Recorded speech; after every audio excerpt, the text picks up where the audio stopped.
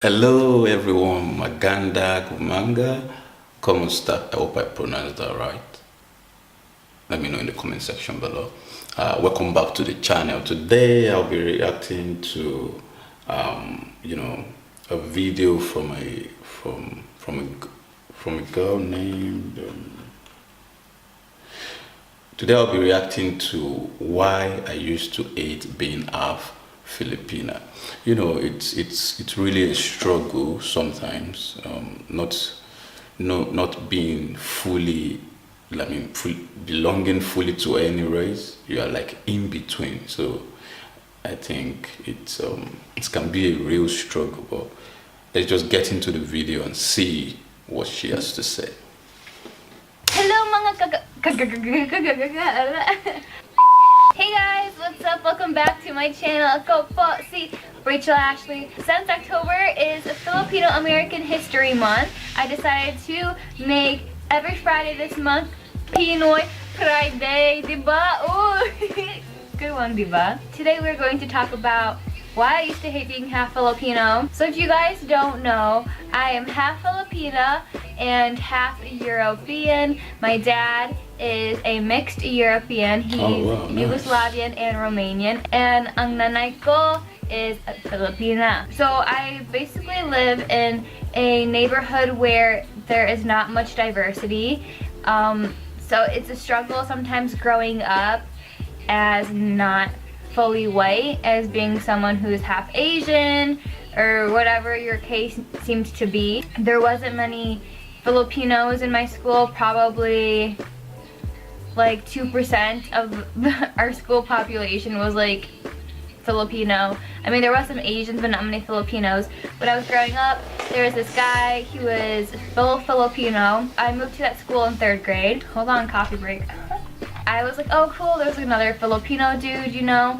But people ended up making fun of him and I that we were Filipino because we're the only Filipinos there. It's perfect, we should just get married, you know. And like as a 3rd grader, it's not fun to get made fun of for being Filipino, but in my case half Filipino, and then them pairing me up with a boy. Like, I just found that really annoying. I know a lot of half Filipinos are a lighter color, they're mestiza or whatever, and for me that just wasn't the case. I have Filipino skin color, I am morena, and I'm proud of being morena. I love it, I love my tan, but a lot of people would kind of make fun that I was like really dark, and I don't know, they didn't expect me to be so dark. It was just like a weird thing for me, especially growing up. I didn't know that Filipinos had like a beauty standard of being lighter and wanting to be whiter. There was a time in elementary school when I was growing up, I brought lunch to school. I brought some pancit, nothing wrong with that. And people would make fun of my lunches at school because they were different from other people. Other parents packed their kids sandwiches and pizza, and I got pancit and all these other like Filipinos was like adobo and stuff like that. And people thought it was weird. They would make fun of me and be like, ew, what are you eating? Are you eating worms? And it just wasn't fun for me. It made me not want to be half Filipino and kind of hide myself and hide who I was. That's one of the things like I didn't like growing up. Another thing I didn't like when growing up as half Filipino is that people expected me to know Tagalog or Visaya, and I just didn't know. Like, my mom tried teaching us when we were little, but it just didn't work out. I didn't want to learn when I was little because I didn't want to learn to speak another language, because everyone over here, especially where we live, everyone speaks English. Why would I need to learn another language and be made fun of even more, you know? So even though my mom tried teaching me, it just wasn't something that I wanted to learn and something that I wanted to do, because I knew going to school I would be made fun of, and I just didn't want to be made fun of. I wanted to fit in with everyone else. I wanted to look like everyone else, so I kept dyeing my hair different colors. I went a little bit blonder. I hid part of who I was. Sometimes people would ask me like, oh, what are you? And I would be like, oh, I'm half Filipino. Like, my mom's from the Philippines. And they're like, Philippines? What is that? Where is that? Like, what even is that? And it would make me kind of sad that people would like look at me differently, look at me in a strange way. People back then, I feel like when I was younger, didn't really accept the fact that there was other people from That's different just pure countries or other ignorance. ethnicities, and at least where I lived, and they just had a hard time accepting it. They made fun of people for doing certain things. Like my brother now, he doesn't really have a problem. He tells people he's from the Philippines. They're like, oh, what's up, man? That's cool. What's up? Yeah, Filipino. But for me, it was different growing up, and I just didn't like it. I didn't want to be half Filipino. Now I actually really do enjoy being half Filipina. I totally embrace it. I know on YouTube I do a lot of Filipino videos, and a lot of people get really annoyed that I'm doing Filipino videos, or a lot of people don't like the fact that I'm trying to learn Tagalog. She's trying to connect to her background. That my background. mom speaks Visaya and I'm learning Tagalog, and then boom, they're like so frustrated at me at, why aren't you speaking Visaya? You know that is so like you to speak Tagalog because it's so social and so much better, huh? And I was like, dude, calm down. Like, I finally, now in my 20s, I'm starting to learn to love being half Filipino, to embrace it, to learn more about the culture, because you guys, I never really learned anything about it. Growing up, I didn't really learn Tagalog and Visaya, because you know my little story about not wanting to be made fun of. But the other reason as I grew older was my dad is European. So if my mom taught me and my siblings Visaya or Tagalog, it would just be hard for my dad because he doesn't know that language. It was just easier to speak English throughout. So that's one of the reasons why we didn't learn the language when we were younger. But now, as I'm getting older, I want to learn Tagalog. I want to learn Visaya. I know I will never truly learn what it is to be Filipino because I didn't grow up there.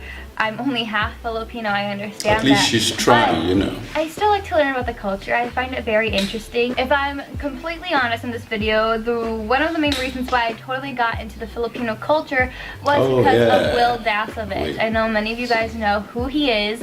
He is such an inspiration to me. He is someone who truly has inspired me. I started watching his videos and started seeing how someone from California moved all the way to Manila and decided to embrace the culture, to see that he was half Filipino and still learn to love and embrace his Filipino side, and I really liked that, and it made my interest about the Philippines grow even more. I started watching Filipino teleseries like On the Wings of Love,